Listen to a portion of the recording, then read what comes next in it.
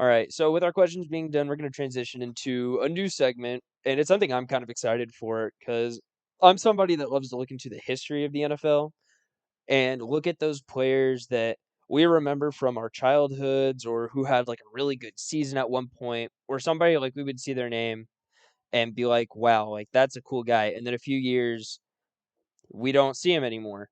So this is our segment of our favorite forgotten NFL players.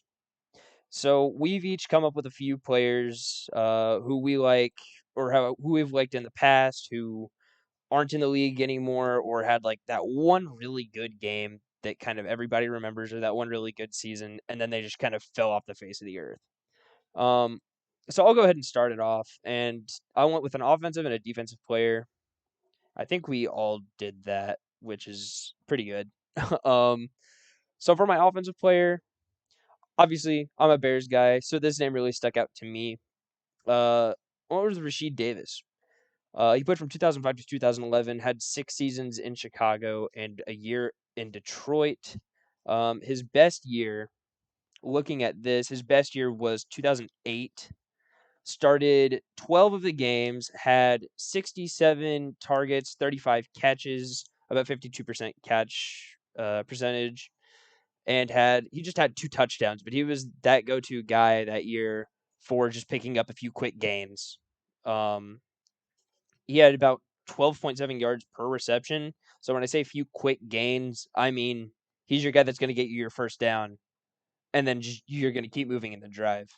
But in all, had about 5 touchdowns in his career. After his year in Detroit, he started 11 games, only 5 targets and 4 catches, and all 4 of those catches were for first downs, with his longest being 22 receptions. Gotta wonder what happened to the guy afterwards. It seemed like he still had a decent amount left in the tank, but he came into the league at 26 and left in 32, or at 32. So maybe not, but that's something we will never know. And then on defense, I feel like we're gonna remember this name a lot more than some others, but Barry Church. And I loved watching Barry Church in Dallas. He was a fun safety to watch. He seemed to be all over the field whenever he was in the game. His most notable season, looking at this, was 2013. Started all 16 games and had 1 interception and 3 forced fumbles, one of which he recovered for 27 yards and a touchdown. Um, 107 solo tackles and 3 tackles for loss.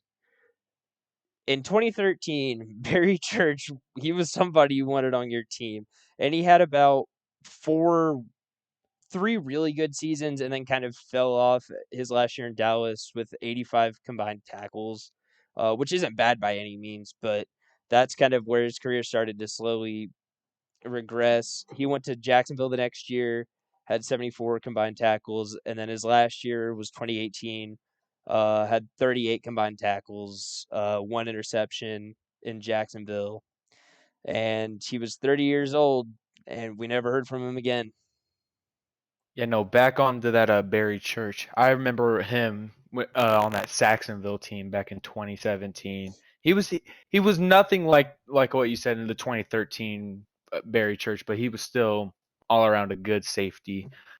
Of I did not do two. I did not do an offense and a defensive player. I did not know that was the way that we were going. I got 2 offensive players, but for the first one, I got Santana Moss, the 5'10" receiver out of the former Washington Redskins, now the football team.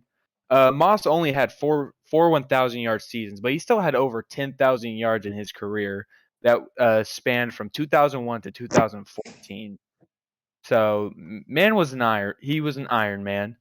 He didn't put up the numbers that he was like in his first couple seasons. He didn't do it in his final years, but still relatively good numbers. His best season was 2005. He had a total of 84 catches for 1,400 yards and 9 touchdowns.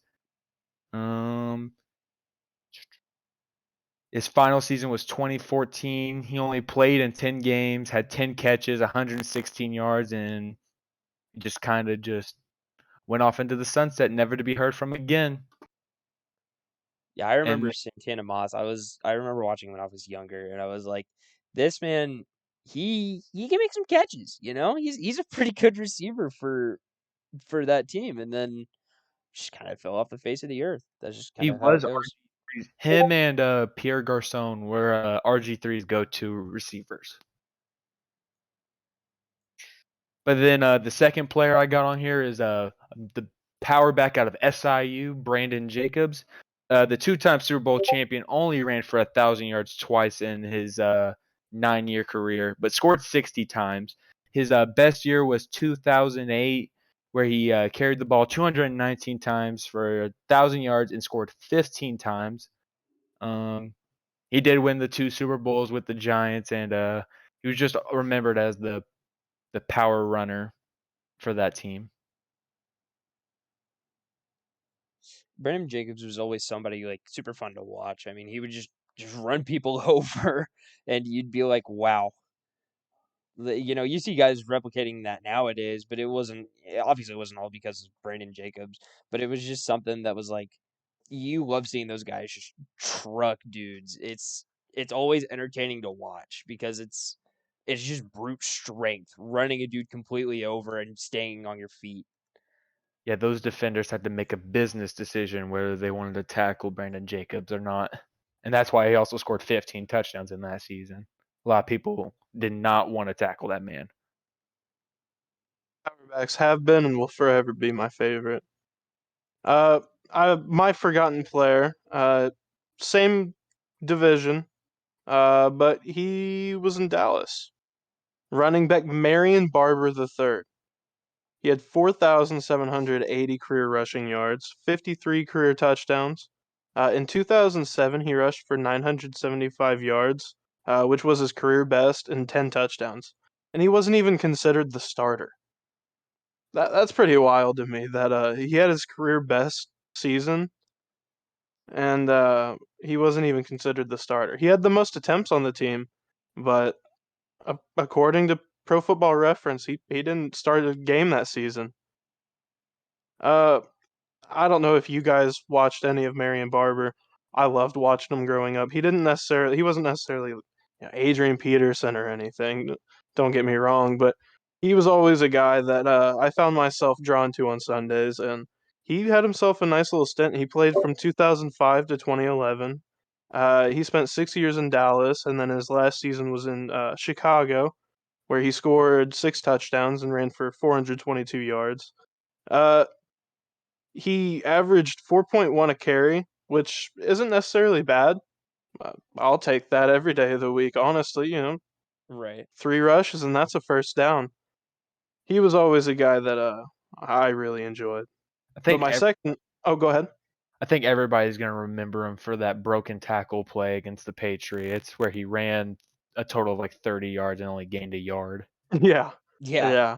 yeah, He was somebody that like once the ball was in his hands, your eyes were just stuck on him. You were like, what's he gonna do next? He was just one of those guys. He's somebody that's just fun to watch, not necessarily for his power, but just the way he can move around the field. yeah. He was quick. But my second favorite forgotten player, he's probably not necessarily forgotten, but Takeo Spikes. He played from 1998 to 2012. I mean, that's a lot of time for people to remember. Yeah. He had 1,431 career tackles. So he met a few guys up on the line of scrimmage. Yep. 29 sacks, 19 picks, and he had 2 Pro Bowl appearances in 2003 and 2004. Uh, he was one of those guys. Obviously, he played forever. Uh, like you said earlier, Iron Man. I mean, he spent 5 years in Cincinnati, 4 years in Buffalo, 3 years in San Francisco, 2 years in San Diego with the Chargers, and 1 year in Philly. He was everywhere, both on the field and in the NFL.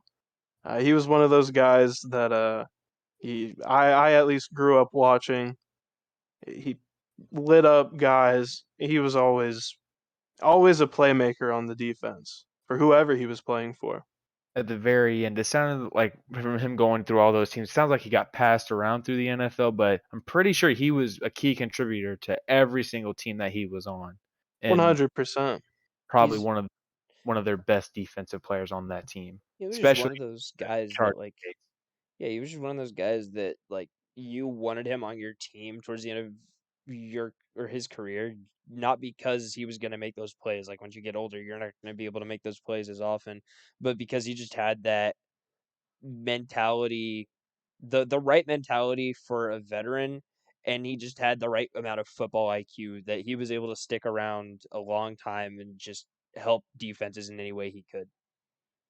Yeah, I mean the dude played till he was 36. I mean he was definitely a big help for guys in that locker room, I'm sure.